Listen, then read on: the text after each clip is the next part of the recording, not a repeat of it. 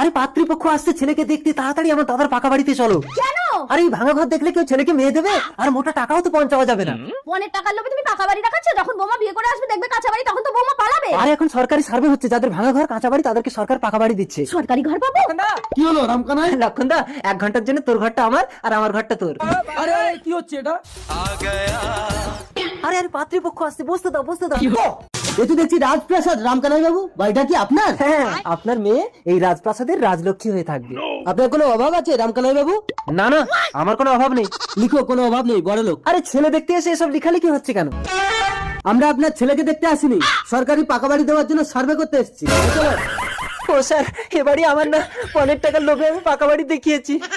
Sir sir sir, এই ভাঙা ঘরটা পাস করে দিন। কই চলো দেখি। এই তোমার নাম কি? লক্ষণ পাত্র। লেখো, লক্ষণ পাত্র ঘর পাবে। আরে এটা আমার ঘর। এই বেরো।